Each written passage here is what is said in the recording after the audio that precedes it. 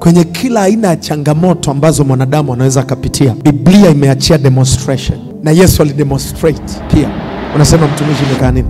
Wale wanaopanga kukuzamisha kwenye maji, Yesu kama alitembea kwenye maji, Roho yule Mtakatifu aliyemfanya Yesu akatembea kwenye maji, atakufanya wewe uelee kwenye ishara na alama zao, kwa jina la Yesu wa Nazareti aliye hai. Waliofanya ishara na alama wakakuzika chini, wakajua tumemaliza, wakaweka ishara na alama. Ardhi iliyomtapika Yesu haitaweza kukumeza wewe, maana Yesu aliyetapikwa na ardhi yuko ndani yako kwa jina la Yesu.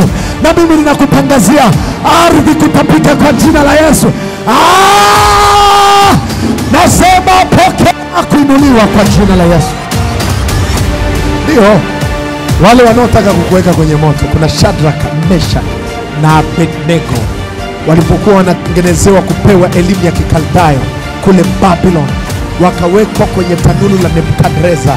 Maandiko yanasema ya kwamba waliwekwa watatu, lakini walivyoenda kuchungulia wakakuta mtu wa nne. Huyo mtu wa nne ni Yeshua Amashia. Huyo ataongezeka kuwa wanne kwenye maisha yako. Huyo watakapokuweka kwenye moto, my friend, utatoka ukiwa mzima kwa jina la Yesu. Wakikutegea mitego ya kumezwa na viumbe kama simba na vitu vingine. Nataka nikwambie, alikuwepo Danieli, aliwekwa kwenye tundu la simba.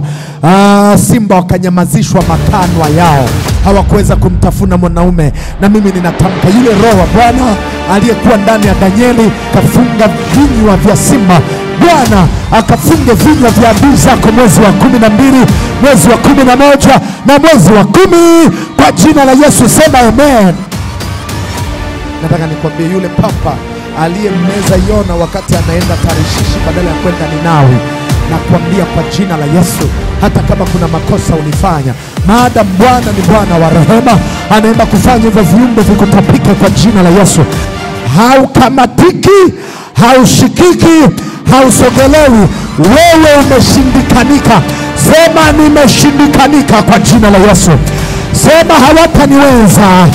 Sema sio mimi, sio mimi, sio mimi, sio mimi. Sema anakataa kwa jina la Yesu.